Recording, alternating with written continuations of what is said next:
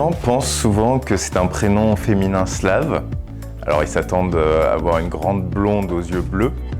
Ils sont souvent déçus. Et plus sérieusement, c'est un prénom turc. J'y suis né d'ailleurs en Turquie, j'ai vécu à Istanbul, ville magnifique.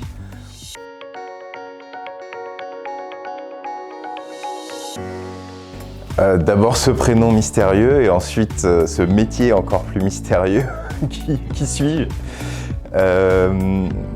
Écologue, c'est un expert qui étudie le fonctionnement du vivant, ou ce qu'on appelle aussi la biodiversité. À ne pas confondre avec l'écologiste qui est soit politicien, soit militant.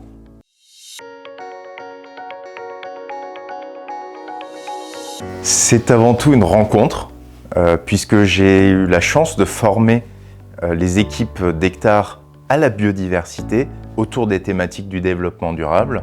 Et à la suite de cette formation, nous avons pas mal échangé avec Guillaume, le président directeur général d'Hectare, et nous avons co-construit ce poste, cette fiche de poste, pour traiter les sujets de développement durable chez Hectare.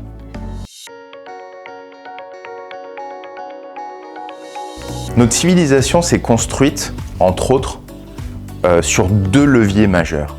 Le premier, c'est ce qu'on appelle le changement d'occupation de sol.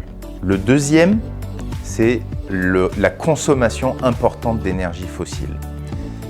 Le changement d'occupation de sol, c'est tout simplement de modifier un sol, que ce soit pour faire de l'agriculture, de l'industrie, pour faire de l'extraction de minerais, etc., mais aussi l'urbanisation, bien évidemment.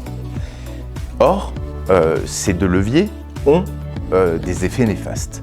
Le premier réduit fortement la capacité des systèmes biologiques et hydrauliques à fonctionner. Or, ce qui est terrible, c'est que nous avons besoin que les écosystèmes et le cycle de l'eau fonctionnent correctement. Et le deuxième, comme on le sait un peu mieux, émet un polluant atmosphérique qui s'appelle le carbone, ou plutôt le dioxyde de carbone, et qui, malheureusement, bouleverse le climat aujourd'hui.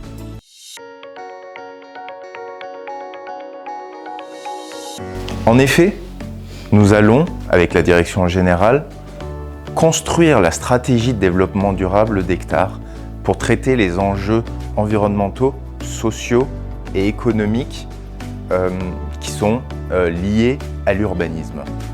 Ensuite, nous allons traduire cette stratégie dans les différentes opérations d'Hectare, dans toutes les opérations d'Hectare, et enfin, nous allons mobiliser les équipes pour faire vivre cette démarche et notamment aussi avec les parties prenantes qui sont très importantes. Dernier sujet, l'innovation. Il faut piloter cette innovation puisque nous ne pouvons pas réaliser de durabilité sans innover.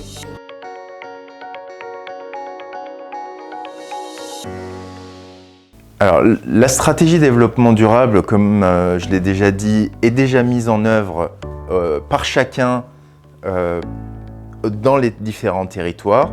Nous allons travailler pour cette fin d'année 2021 à l'unifier, à lui donner des objectifs et une vision globale. Et rendez-vous début 2022 pour vous présenter cette stratégie de développement durable d'Hectare. Merci, à très bientôt.